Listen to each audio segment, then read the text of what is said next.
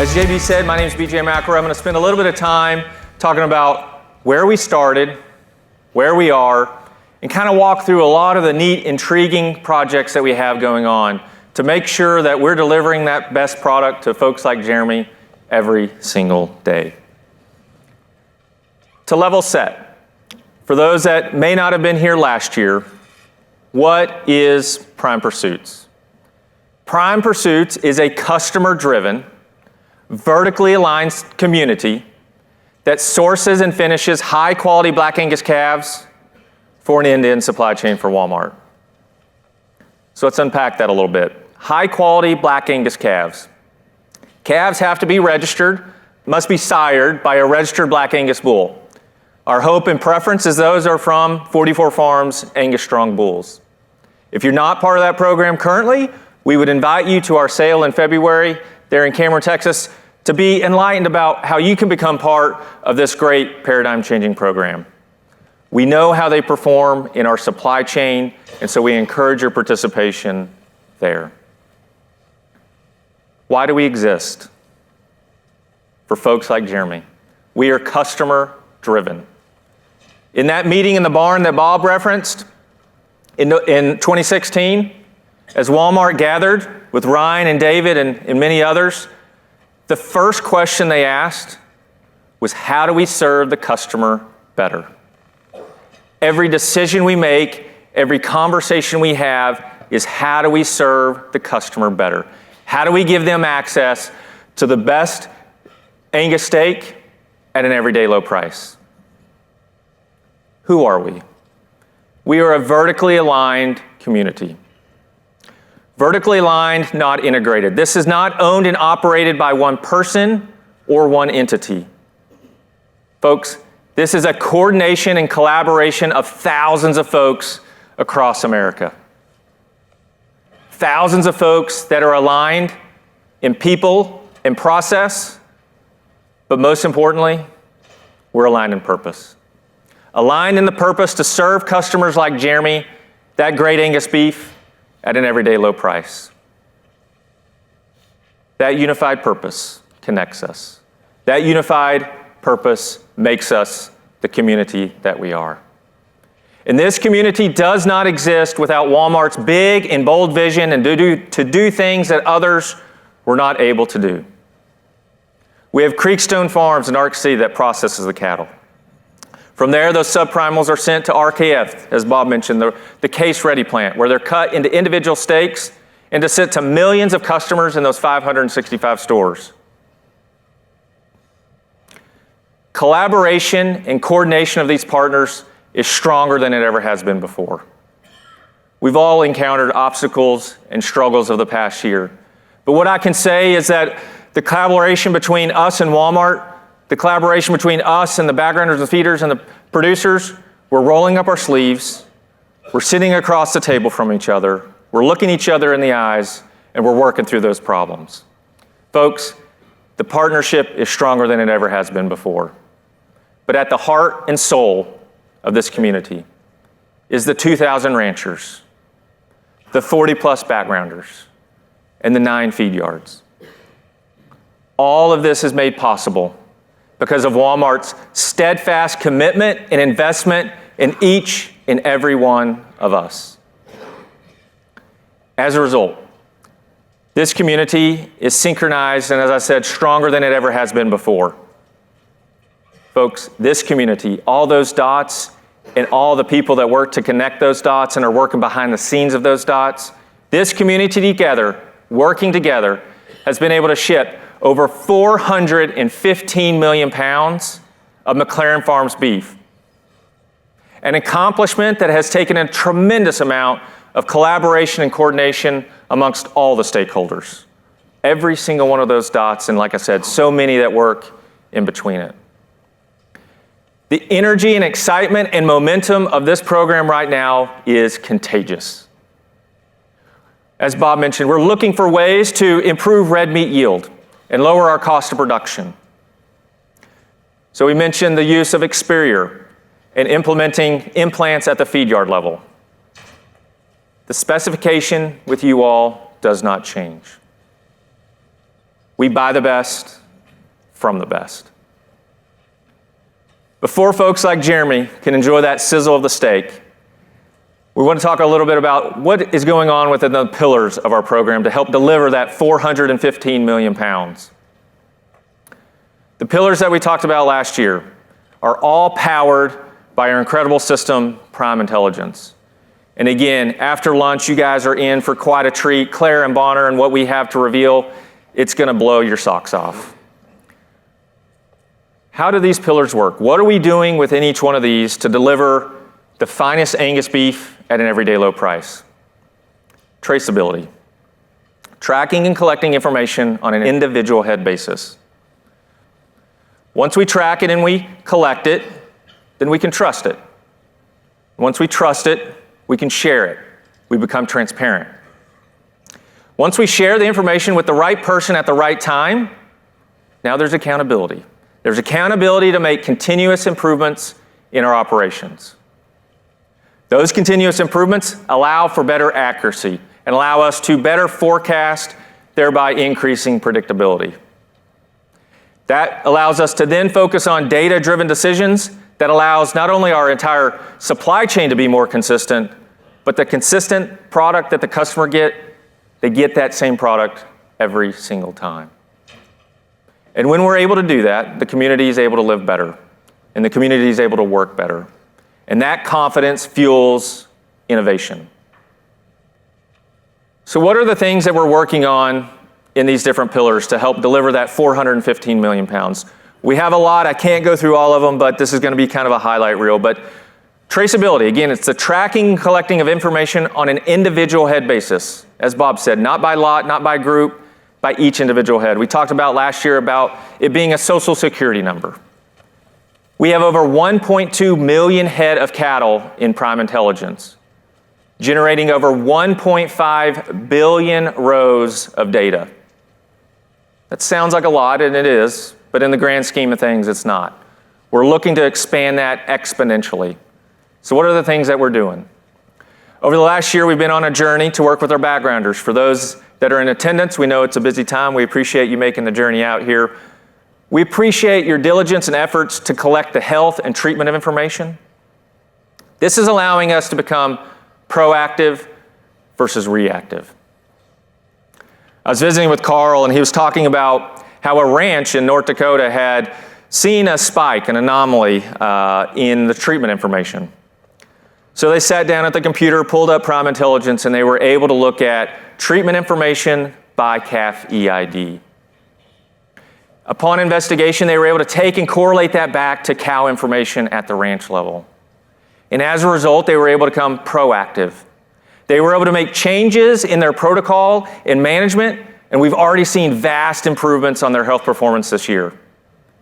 This is one of the many examples of how we're taking data and we're turning it into action.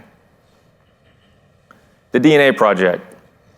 As Bob thanked you, I want to thank you as well. The 80 participants that helped us collect over 50,000 samples, we're really excited about the work that we're doing with GeneCove. This can get really technical really fast with words like bioinformatics and different things like that, but at the end of the day, we're trying to gain a deeper understanding of traits that are specific to the beef customer. So we're looking at things like marbling, because that impacts taste. We're looking at things like ribeye area and carcass weight, because that impacts the loin size and impacts how the customer gets presented that steak in the meat case. We're looking at back fat and yield grade, all because it impacts trim, which impacts our cost of production. Again, a lot of technical information that allows us to be more effective and efficient in our operation and managing the supply chain. But we hope that it will allow you in this feedback loop to be able to manage more effectively the selection and management of the genetics within your herd. We heard last year from David and Martine at Walmart that surety of supply of this program was a feather in the cap during COVID. We were able to keep the supply chain moving when others were out of stock. So we've been hard at work with our friends at IMI, Doug and Kelly and Reed, thank you for being here. We've been hard at work, working diligently to put a plan together, the secure beef supply. And what this will allow us to do is in an animal health crisis, such as a foot and mouth outbreak, if one were to happen, we don't want that obviously, but if one were to happen, how do we keep the supply chain moving? How do we make sure we have a resilient supply chain?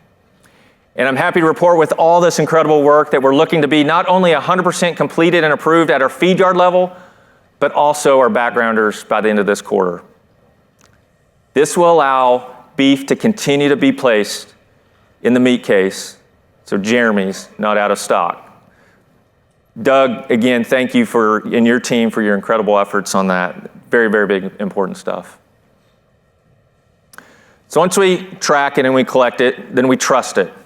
Now we want to share the information. Share the information with the right person at the right time. This afternoon, again, like Bob, I don't want to steal a lot of the thunder. We're going to go through and share with you how we're sharing information with all those different stakeholders in and amongst the supply chain. But specifically for this, I want to share how impactful your story is. Your story, the story of the American rancher. We have been able to collect over 26 of the powerful and moving videos with JB and his team. We were working with a digital marketing company, and we were running basically A/B tests, different marketing tests to see how well these were received. So we ran some tests where we pushed articles related to beef products, steaks, McLaren Farms products. And then we led with rancher stories, these 26 stories. And what we were able to find is that when the customer saw your story, saw the story of the American rancher, it increased the favorability of Walmart by over 82%. Folks, customers want to know where their food comes from, but more importantly, they want to hear your story. We're going to continue to make investments to tell those stories. But in addition to that, we're out in the field on the ranch, it seems like every single day. We have a team, Josh and Tracy, Jill, Tyler, Casey, Ethan and Carl, so many others. Seems like we're out on a ranch every single day, communicating and collaborating.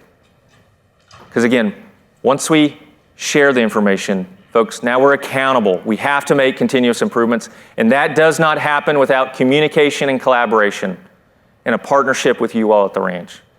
If we haven't visited your ranch, we ask you to invite us. We want to hear more about you and how we can help you help us. Once we have continuous improvements, it helps us improve those analytics. We want to focus on making data-driven decisions.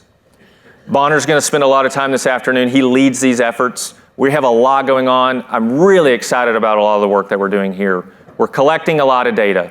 We're collecting biological information, genetic information, feed information, carcass, on and on.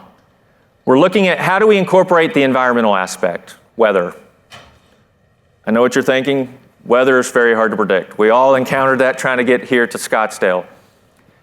It's not about predicting the weather, it's about better understanding how those weather events through the Cattle Comfort Index impacts our supply chain. And as a result, when there is a weather event, how do we become proactive in rebalancing our supply chain?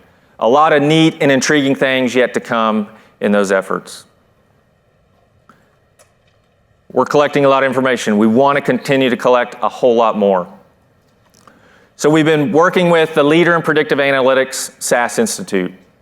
Ironically, they got their start from a project, an agricultural project at NC State in the early 70s, and now they're one of the premier leaders in predictive analytics. So we're looking at how we take information like cost and market, the genetic information, the carcass information, the weather information we're starting to gather. How do we take all those and better understand the relationship? How do we create models so that we can become more focused on data-driven decisions? We're really excited about this partnership with SAS. They are as well. Again, with their roots in agriculture, they're really excited about what we are doing, all of us collectively here at Prime Pursuit, so much that they've invited us to visit and share our journey through artificial intelligence and machine learning at their annual conference in May. One of the large gaps that we have in data right now is at the ranch level. We've been working with 10 ranches in partnership with AgriWebb over the last year to better understand How do we collect that information? How do we help you all streamline records? At 44 Farms, on our genetics side, we actually started using AgriWebb to better understand how and what the power of this program is. And what we've been able to find with our experiences and those 10 ranchers that took us up on that pilot program, we're seeing profound insights because, again, we're giving that information back to you all, the rancher. This helps complete the loop. More complete information allows for more accurate information. So the whole goal here is when we give information back, we have more information so that the information we give you is hopefully more accurate. So we're looking at collecting things like health information, treatment information, weights when collected, birth date ranges. I know that's hard and can be sometimes implausible to take, but the power that we see with birth date ranges in our DNA project, folks, the insights will blow you away. It's really, really impactful. So if you are interested in learning more about being part of that, we're doubling down on our investment in that this year. If you're interested in streamlining your record keeping process, find Sydney or myself. I believe Steph and AgriWebb are here as well. We'd love to share more about the opportunity in that respect. But we know that change is hard. Change is uncomfortable. We talked about it last night, right, Drayden? People don't like to be uncomfortable. But Sam Walton said, to succeed in this world, you have to change all the time. We need to be able to change in processes, in attitude, but folks, we're going to stay steady in our purpose. Steady in our purpose to deliver that fine Angus beef at an everyday low price. Once we focus on those continuous improvements, we improve predictability. When we improve predictability, that allows to a more consistent product. We want customers like Jeremy, when they go to the meat case, when they pick it up, they have the same experience every single time. When we do that, the community is able to work better together. The community is able to live better. The customer gets access to that great beef at an everyday low price, and you all, the stakeholders, live better because you're getting rewarded for the value you're creating. As Bob mentioned, we've been working with Alga Biosciences on a trial, 2,000 head trial at Tiffany Feed Yard. Really excited about the results. We were able to see a 48% reduction in methane emissions at the feed yard level. We've started phase 2 with Tom at High Plains to better understand the impacts of feed efficiency with that product. We're really intrigued by some of those results that should come out in the next few months. AgSpire. It's a name long been associated with Prime Pursuits. They've been a long-standing partner. Jared and his team are renowned experts in federal programs and sustainability. We hope that you've been reading the newsletters. If you're new to this opportunity, we hope that you sign up and participate and see the newsletters, but participate in our webinars. And for those that have been participating, thank you. It is a free technical resource for participants in this program. Use them. Help them understand how programs apply to you, and they'll even help you apply for them. They were able to see 6 applications go through, and in those 6 ranchers, they were able to receive over $1.7 million in federal incentives. Folks, they're going to be at the breakout session. I encourage you to find them and understand how they can help you find federal programs that are applicable to you and your operation. Bob mentioned it earlier, the NRCS RPP Award, the $21 million award in our partnership with Walmart and AgSpire. We understand that that's a lot of letters of the alphabet, but really, ultimately what we're trying to do is understand how do we improve cover crop usage and improve resiliency and biodiversity in pasture land in Nebraska. So over the next 5 years, we're going to be working hard, pushing millions of dollars to participants and producers in Nebraska.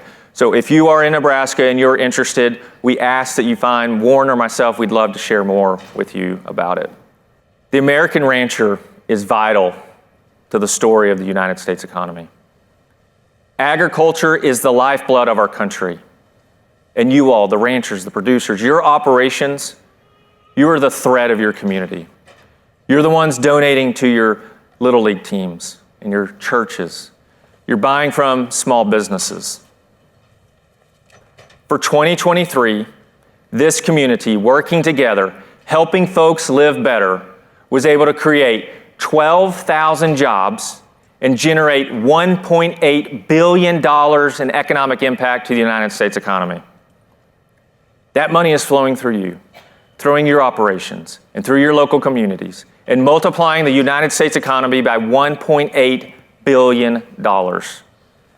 Folks, that's a 25% increase over the numbers we shared last year in 2022. See, with that, you cannot tell the story of America without telling the story of the American rancher. One of the gentlemen besides Sam Walton that had a profound impact on the economy was Henry Ford. And Henry Ford said, "Coming together is the beginning. Keeping together is progress. But working together is success."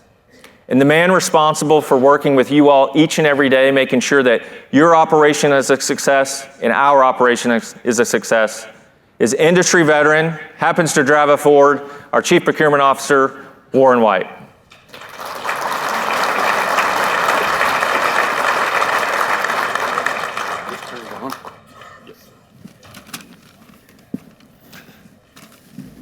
Good morning.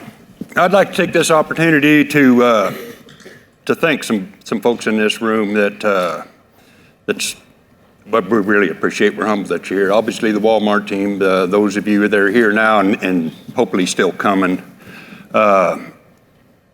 We've got Colin Woodall here from the CEO of NCBA and Mark Eisel, the president of the NCBA. We're humbled that you guys are here. The room appreciates all you do for this industry. And I know you guys spend a lot of time on the road and traveling all over this country on our behalf, and thank you for coming.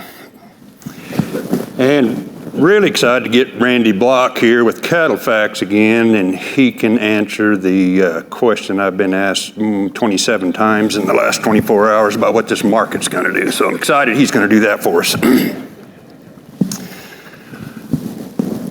There's probably two words that describe Prime Pursuits and the community, or the group that we have here. You've heard one of them several times already. You're going to hear another one this afternoon. And those two words are community and team. And those words do a great job of describing what we do here. The supply chain that we have is the lifeblood of the program. And you, producers, and the horsepower you have in your genetics is what sets this program apart. Your loyalty is unmatched, I think. There certainly have been, in the last couple of years, opportunities for you to maybe change up what you're doing that wouldn't allow you to be in this program. That goes a long way with me as the procurement officer, that you've stuck with us, and means a lot. You've all been inviting, whether it's the Prime Pursuits folks, Walmart folks, to your ranches. You've been welcoming. JB and his camera crew have been to 26 of you. They've been to the stores twice. That's a lot of time out of your day.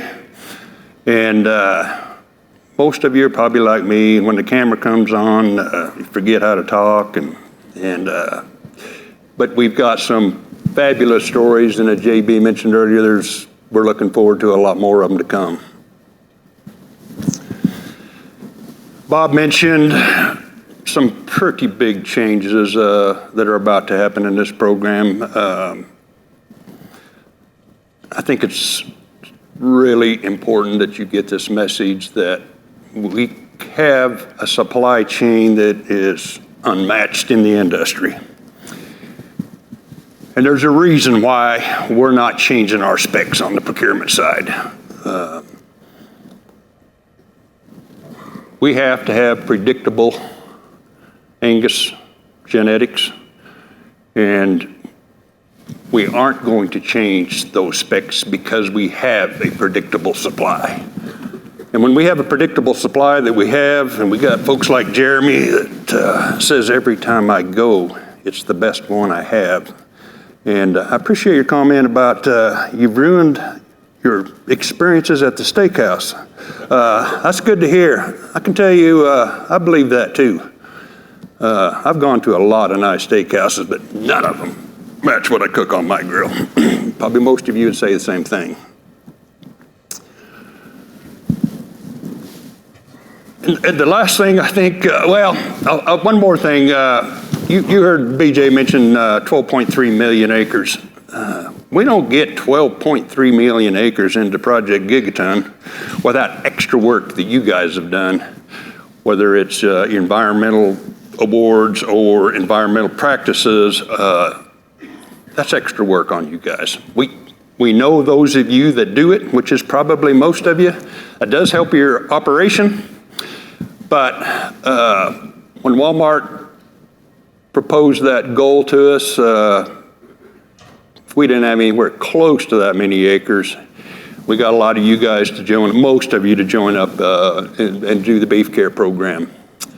But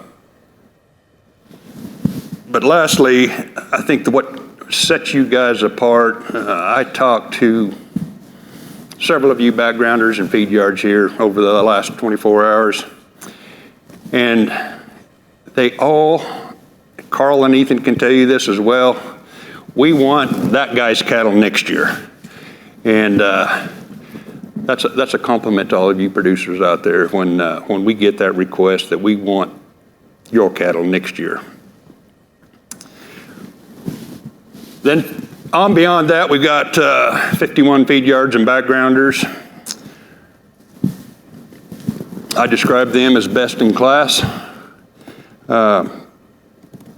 They always are willing to do whatever we ask. If we have a request to do this or this, whether it's Heath or myself or someone else, always accommodating.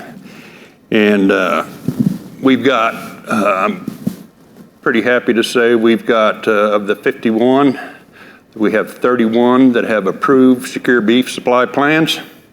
We've got several others that are waiting for approval, and all of them are on track to be completed sometime in the next couple of months, right, Doug? For those of you that haven't gone through that, that's a big project.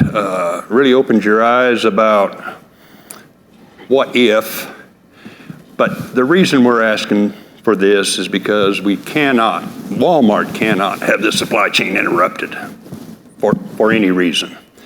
And so I appreciate you guys in the room that have participated in that and got it done, and those of you that are soon to get it done. We've got 5 trucking companies that haul 225,000 cattle a year. 5. Got Tracy Bunker here, got Paul Fine here. I think Kirk Clark's here, but I haven't run into him yet. Paul Radloff with Agar and the Hawkswell group that haul the fat cattle. I managed a feed yard for 31 years, and I don't know if I ever had a customer say, man, those trucks are something else. Those drivers did a great job. I don't go 1 month without hearing from one of the backgrounders or feed yards that those trucks that you guys use there's never a problem. And if there is an occasional problem, they fix it. They fix it for me. They fix it for Bailey. They fix it for Carl and Ethan and Heath that do all the scheduling of all these cattle. If you can imagine, we place around 70,000 calves and yearlings in a 90-day period in the fall. Folks, that's a puzzle the size of this screen with 10,000 pieces in it, and those guys have to put that together. You have snow events, you have weather, flat tires, truck breakdowns. Trucking cattle is not my problem. I don't have that problem. I'm not sure anybody that handles the kind of cattle we do, this program does, can say that trucking is not an issue with us. thank you guys. As BJ mentioned, with the verification company and IMI, Doug, Kelly, Reed, unbelievable people to work with. There hasn't been a problem they couldn't solve. When we make changes to our program, the Secure Beef Supply, they were the first to be there saying we can do it. Subtle changes and some not so subtle changes in this program, they're on it. I know we can trust them. AgSpire, Jared and I got together 5 years ago. He wanted to talk to me about selling cattle into this program, and when he told me about what he did, I can tell you the conversation changed pretty quick. Jared and his team's been all over the United States visiting ranchers. BJ gave you some figures about what they've been able to accomplish, and I would reiterate what he said, that they're going to be in the breakout session, and I'd encourage every one of you to take the opportunity to meet Jared and Sarah and ask them how they can help your program. And the last group is the Prime Pursuits team. They're what makes this program what it is, and the relationships they have with our feeders and producers. It's humbling to have the team that we have and the talent that we have. The respect and loyalty to the program, I couldn't be prouder of them. I think the sign, it doesn't have it here, but this truly is the gathering of the best. I'm going to bring BJ back up here, and you're already here. All right, well, Warren, thank you for that. Appreciate that. I think I'm really excited now to start introducing you all to a few of the folks for Walmart. So at this time, Ryan and Grant. Ryan Stackhouse is, as you can see his title, but essentially he's responsible at Walmart for the everyday operations of the entire beef operation. So a big responsibility, a lot of product, a lot of dollars going through him. And then you all, I think, all know Grant Keenan. He's the director of cattle management, but he's out in the field working with us, working with you all every single day. And so, gentlemen, thank you for coming. We appreciate your time and to be here and to support this great program. So, yeah, thank you. Glad to see everybody this morning. Kind of like you talked about a while ago is when the camera's kind of on, you may forget how to talk up here. So we'll get on through this. But before we get started, I just want to tell everybody here thank you. BJ and Bob both mentioned that meeting in the barn back in 2016. I was extremely privileged to be able to be on that trip. And I look back from 2016 to where we are today and what we've accomplished, and it just comes to life standing up here looking at all the faces. A lot of you I've met, most of you I have not got the opportunity to yet, but it's incredible that we get to represent this crowd and these folks in this room every single day in what we do. The other folks here on the team, you got Greg Gower on the team, and Josh Ramsey and Carson and CJ that's here with us as well. Those folks right there are a small but mighty team at Walmart that represent all of this that goes through and ends up in those stores in the Southeast. We got a couple more folks back home taking care of a whole bunch of winter weather, making sure the stores are in stock, but by the most part, our entire team's here, and you see how small and mighty we are. But again, I just want to tell you all thank you for what you're doing. It's making a huge difference, and we'll get into that here in a minute. Yeah, and I'm certainly proud to be here too, and have got to meet a lot of you. Sure like to meet the rest of you and get to your operations and see what y'all do. But I tell you what I've heard this morning is a whole lot of thank yous, Ryan, and there needs to be thank yous.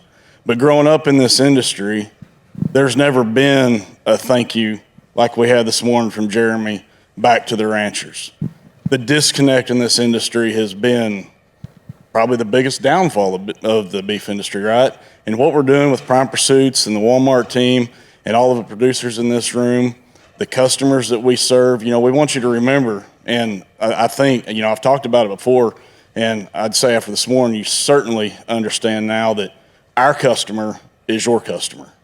And the thank yous that are happening are only because of what Walmart and Prime Pursuits has done with everyone in this room's help by taking that disconnect out and being able to talk about the traceability and the transparency, the things that are important to our customers.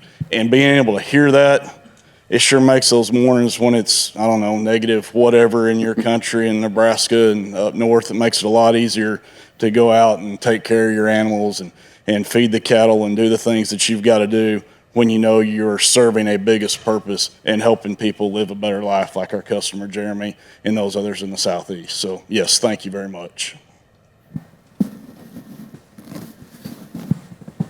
Yeah, so we just kind of wanted to walk through some questions just to kind of humanize all that goes on. There, as you said, you all represent a mighty team back home and so many of the other folks that are out in the stores each and every day. But, Ryan is, again, a lot's happened since that meeting in the barn.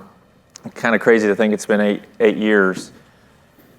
Talk a little bit about, the beef consumer at Walmart and maybe, in those 8 years, how has that changed? You hear, Doug and leadership talk about it on earnings calls about, the omni-channel and how it's changing and, deliveries becoming, a much bigger presence in retail. And so, how has that impacted you? Again, you've got a huge responsibility running all of beef. And so, but specifically, how does the changes impact someone like, a perspective like Jeremy? What does that mean to you? Yeah, I think it's important we start back pre the meeting in the barn. And so at Walmart, customer's always first and always has been. Sometimes you get your priorities a little out of line. You think you're working on the right thing, you may not be. And I'll go all the way back to 1999. I won't say where I was at in 1999, but it wasn't working at Walmart. And we made a decision to get out of cutting in the store for multiple reasons. And we went into a case-ready model. It was a new concept. Lamar, you'll be familiar with the transition there. But we thought we were doing the right thing for the customer at that time. But looking back, what we did was we went to MAP packaging, which was that plastic container with the plastic lid onto it. The meat inside of it was USDA Select. It was enhanced with water and phosphates and beef broth, thinking we were giving the customer what they wanted. Well, looking back, hindsight's 2020, BJ, and it was not. And so for about the next 10 years, we basically ran an entire generation of customers off of Walmart. And that's about the time I started, around 2010, and we started, the mission was clear. And we mentioned it a while ago, is without the fresh categories, how do you drive traffic into a retailer? Fresh categories, customers come in every single week, sometimes multiple times a week to get those fresh categories. And whenever they pick that up, they shop the rest of your store as well. And we quickly realized that wasn't where we were headed. And so with the help and support of our leadership, we realized we really needed to change the trajectory we were on. And we went to work. We changed out of the packaging. We changed into, we had a mission to go get into Choice, and then we went into Choice Angus. And we were doing all these things, but it's still, the customer hadn't really came with us yet. At that time, we were probably 12, 13% market share, when the rest of the store were probably 20, 25% of the groceries being bought were from a Walmart. We were only 12% of the beef was being bought at a Walmart. And so we knew in order to do this, and then how are you going to do it? You have to have your story. We have to connect the dots back to the rancher, and it was extremely difficult. Not by anybody that didn't want to do it, BJ. It wasn't because no one wanted to tell a story. It's just the way the industry was set up and how broken it was on the different segments of the business. It was clear the only way you're going to do that is if we find some sign of alignment back into it. So a lot of things went on, and then we went and had the meeting in the barns, we're calling it, and wow, what a change since then. Prior to that, we were probably, I'd say 25% of our steaks we were selling across the United States were USDA Select. We're at 96, 97% of our steaks across the United States sold in a Walmart are now Choice or higher, including a significant amount of Prime as well. We've changed the customer's perception of where Walmart is. Our beef shares now pushing 20%. from 12, and think about how massive a change that is. There's a couple of things on that. One, consistency and quality. Our team out there making sure you get that consistent quality every day. There's a couple folks on the team, Carson and Jetson on our team, who are meat scientists, and they are making sure that the specifications, what we're producing for that customer every single day, is where it needs to be at. The consistent flow of raw material through the supply chain that the rest of the team does, all those things matter. And then, of course, the change of the business in retail. I would tell you, when we were sitting there in 2016, there was this thought of online business. And, meat scientist Ryan, there's not a chance anybody's going to buy a steak without picking it out in the case, right? Well, no. Now, our steaks are about 17% of our steaks last week were bought online. And we either delivered them to the customer's house or they came and picked them up from our stores. The growth of our delivery business has been unreal. We continued to grow that business. If you got ground beef that's mid-20s% of our sales are coming from digital, and customers are just changing that. So when you wrap that all up, BJ, you think about, well, for a long time, Walmart was at a disadvantage of, we have our competition out there that has a butcher in the store doing those type of things. Now with that digital business, think about, if a customer wants to be able to do that, to be able to service that customer the way we do is unprecedented at this point. So we have massive growth, BJ. Lots of things went into it, but if we focus on that customer and deliver what they want and what they really want, not what we thought they wanted in 1999, you can really change trajectory of the business. I think just kind of talking about what the customer wants, as I said, the customer wants to hear your story, the story of the American Rancher, and when they do that, favorability of Walmart, increases. So maybe Grant, kind of share a little bit about, some of the initiatives that we have in sustainability that we're working on. A lot of exciting things. I know we probably don't have time to go through all of them, but maybe just kind of share a little bit of the projects and initiatives we have in that space. Yeah, I don't think there's enough time to talk about everything we're doing, obviously. Cliff Notes version. Yep. Cliff Notes. Well, Cliff Notes version. I guess I can say another thank you because we busted the 12 million acre goal that our company set out for the beef commodity within this supply chain alone. And totaling up 12.3, 12.4, depending on how you want to round, right, Ryan?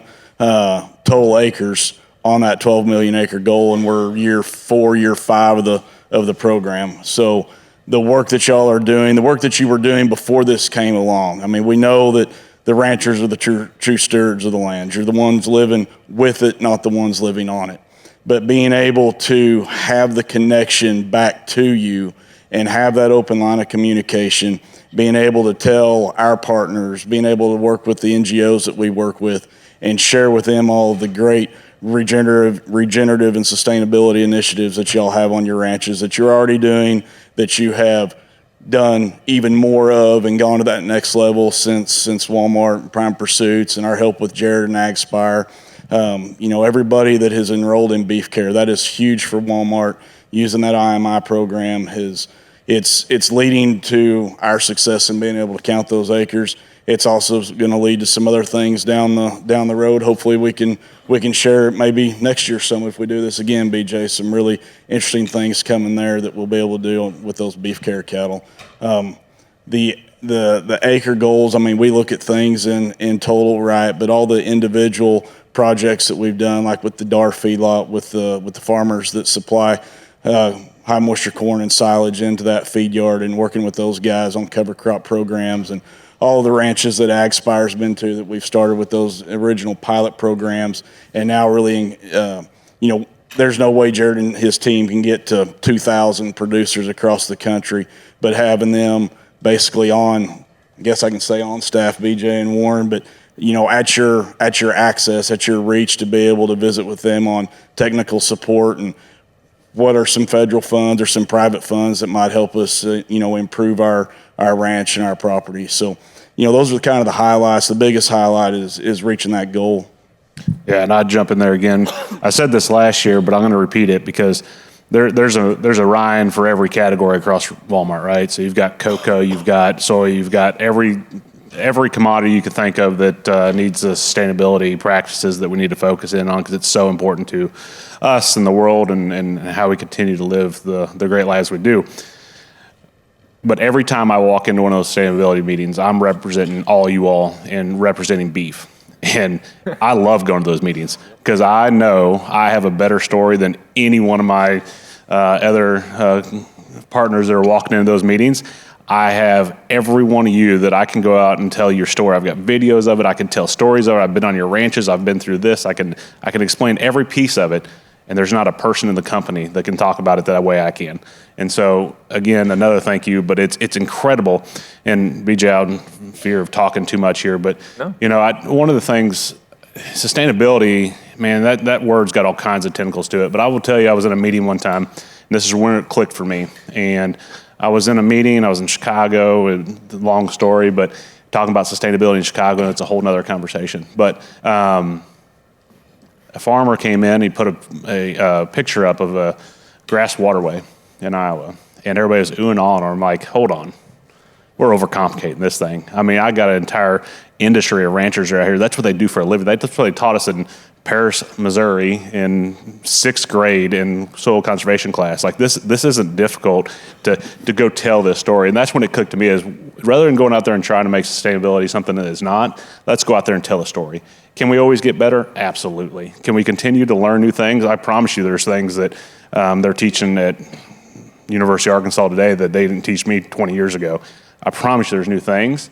But when you back up and look at the whole thing, BJ, man, this industry is doing what we need to go do, and we need to do more of it and tell that story. And so I'm passionate. Yeah, 100%. I mean, I remember the meeting after, we were meeting about sustainability, and they brought other groups in to hear what we are doing, what you are doing. So it's an incredible model, as Ryan said, to replicate. And it's difficult because they don't have the traceability and the transparency that we have in the supply chain. Maybe speak to, we've talked about the secure beef supply, and David and Martine sat up here last year and talked about surety of supply was the feather in the cap. Speak to a little bit about traceability, but also how does that relate to surety of supply and how that is important for this program? I'll jump into surety real quick, and then Grant, if you want to jump into the other piece of it. But talking about surety of supply, how many people see the big winter storm going through the country right now? It's a very uneasy feeling when you walk into a Walmart store and there's not product on the shelf. It creates a little bit of a panic in the you're seeing it across right now. I can pull up a sales map from the last 3 days, and you can see a straight line from Dallas, Texas, all the way to probably North Carolina, where sales has just absolutely went through the roof the last 3 days, because people they want to go get their groceries, they want to make sure they're protecting their family and having that product there. And whenever you walk in, and if Walmart's out of stock, and think back during the pandemic, you walk in and if you saw Walmart out of stock, that created a very uneasy feeling for the entire country. And that's probably in my career when I realized what I did and how our team delivered for the American consumer. When everybody else was kind of during the pandemic, when everybody else was at home, not able to go to work, not able to do things, our entire team was at home on our computers trying to get the product from your all's ranches all the way to the customer. And it became a whole new mission for our team that we serve a purpose to make sure we're feeding America. And so not having product on the shelf is not an option. Like we are responsible for that, and you are helping us do that. And that's why this program, having that connection all the way back, and then the things that we're working on around the surety and the safety of the supply chain is really important.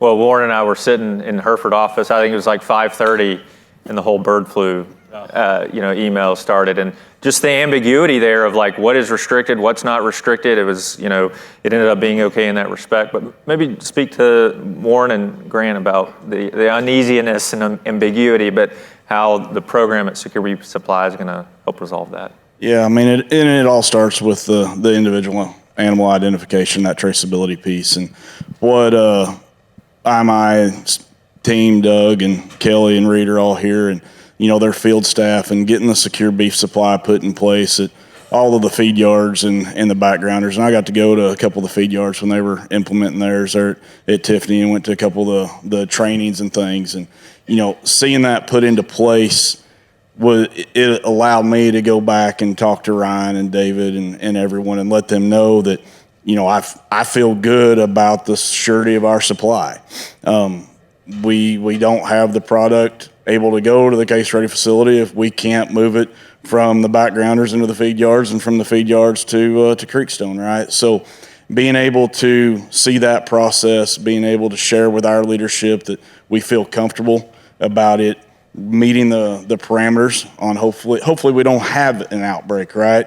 But when we're servicing Jeremy and hundreds of millions of customers all over the United States, Walmart doesn't have the ability to react. We've got to be proactive, and that's what the secure beef supply is helping us do. The traceability, I take it to you can take it many places beyond the surety supply piece. I look at it from a producer standpoint, and the performance data and things that we're able to share back all the way through the supply chain back to you individual producers, and helps you make management decisions on your individual operations that only betters Walmart and all of our customers. So the traceability piece of this is just, it's monumental. And like you talked earlier, that's where the trust is being developed between the traceability and the transparency, and sharing that information back with y'all and with our customers. Yeah, and the efficiencies you pick up with that traceability too, right? Like I think about how many times I've been in Ark City, seeing carcasses come down or something come up, or we're seeing this happen, maybe condemnations on all falls that may be, I don't say the E word, but something like that test positive. And we can quickly figure out where are these cattle coming from, what is root cause, and how do we go fix it, right? And where maybe in the past you would just deal with that for years. You would just know, hey, we've got this going on. I can't tell you where it's coming from, but now we can go back and fix it from the point that it was, and correct it right along the way. Yeah, I get an email right then or a text message from Ryan. I was like, oh no, he's at the plant, what's wrong? And I'll look at it and say something, gives me the EID. I'll call Warren or Heath or send it to Claire and Bonner or something. It's like, I need information on this animal. Sometimes it's great things, right? There are things that happen that we have to address, but we get it addressed that day. It's done right then, and there's not another program in the country that can do that. So the efficiencies that are driven through this program are not seen anywhere else, and gives us a leg up. You guys, I'd like to circle back.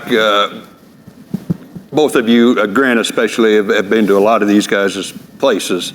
Grant, I think you've been to every feed yard and almost every backgrounder that we use. You mentioned sustainability and the message you can take back to your leadership, but beyond sustainability, why is it important that you're on these ranches, both of you, and our feeding partners? Besides sustainability, why is that important that you guys are at their operations? Well, we might ask them the question, but from my perspective, we heard Bob, we've heard BJ, we've heard you, Warren, everybody talk about a team, and that's what we are. We're all one large team that's working for the same goal, and that's supplying the highest quality beef in America at an everyday low price to our customers. I think it's important because I've been able to come out and visit with you, and I'm able to take your stories back to Ryan and our other leadership at the office and just give them a first person opinion on all of the great things that are happening, right? I also think it's important because typically when I come, I haven't got to ask a whole lot of questions when I'm at the ranches. Generally, it's the ranchers asking questions about Walmart, right? And the feed yards asking me about Walmart. Sitting with John Schrader this morning, he's asking me questions about what's going on and what are we seeing. And, I think that's important because this is a people business. Just like Bob said earlier, people do business with people, not with companies. And, when I come to the ranch, it's Grant coming. Yeah, I've got a Walmart badge in my bag, but being able to just forge those relationships and being able to have that open line of communication I think it's monumental to the success of the program and delivering what our customers are looking for. Yeah. I 100% agree. When you hear Walmart, you're like, oh, Walmart's coming. Walmart's coming. Well, no, Grant Keenan's there. I mean, this guy, we hired him off a horse, literally. He answered his phone to take an interview with us, so he's on a horse. True story. True story. And we maybe had to rip him off of it. He came in fighting and kicking a little bit, but I've not been back on one much, and I'm sad. yeah. So anyways, but I think it's key. There's been programs like this, never exact like this, but they've tried to do what we do. And I think one of the keys, there's a lot of keys here, but one of the keys is we really do care. We want to be all the way back in the supply chain. We want to be part of the entire conversation. We're not the experts. You're the experts. We've got one that can come out and talk to you, understand what challenges are we creating for you guys? How do we make it better for you all? What are you all seeing? And we have that alignment up and down. I mean, it'd be easy. I don't say it'd be easy. You could have a company come in and just say, hey, we want to go do this marketing campaign, and we want your faces on our product. We want to just give us all the information. We'll go tell the customer about it. But that's not what this is. This is so much more than that. This is about building an infrastructure from end to end so we can go back and tell your story. We can work side by side to make it a better industry, really, and really go sell this. So I think that's a really important thing, having Grant out there on the ranches and in the feed yards and everywhere in between, and really understanding what challenges you guys are going through so we can help. We want to help make it better. Yep. I appreciate that. And I think, when we're at home office, it's always fun, Warren and Grant walking through the offices, they turn a lot of heads. But I think that partnership is really solidified in the fact that, you guys have done, as Bob said many times, everything that you said you would do. When we're in meetings, I mean, we're looking through a tremendous amount of data, but ultimately it's how does this impact the producer? How do we help them better? Obviously the customer is the focus, but secondary to that is, how do we help you all run a better business so that you can provide a better product to the customer? And I think, they're really centered in that, and the partnership is just really profound. I mean, you talk about partnership and trust. I mean, we've developed a lot of this data analytics, and Walmart had a dedicated team, I think, of 50 people around what they call business intelligence, and it's really just predictive analytics and how do we look at data. And basically, the supply chain is so complicated that they basically said, no, Prime Pursuits, you guys got that. And so we actually manage that for Ryan and team, and no one sees more data or has access to more data than these folks. And so it's kind of a cool partnership. We've done a lot of neat things within PIE to give information back to you all, because again, ultimately it's about getting that consistent product to the customer. So. Yep. So guys, we could sit here all day, I think, and walk through so many good questions. But as Ryan said, these are humans, right? A lot of times we think of Walmart as this faceless company, and it's Ryan Stackhouse and Grant Keenan and the team, Josh Hudson and Carson and CJ. Make sure you find them in the breakout session at lunch. Get to know them. I mean, their story is incredible, and they really care about what this program is doing. And us working together, that's how we work better together, is that unified relationship and partnership. So, guys, thank you so much. Appreciate it. Thank you.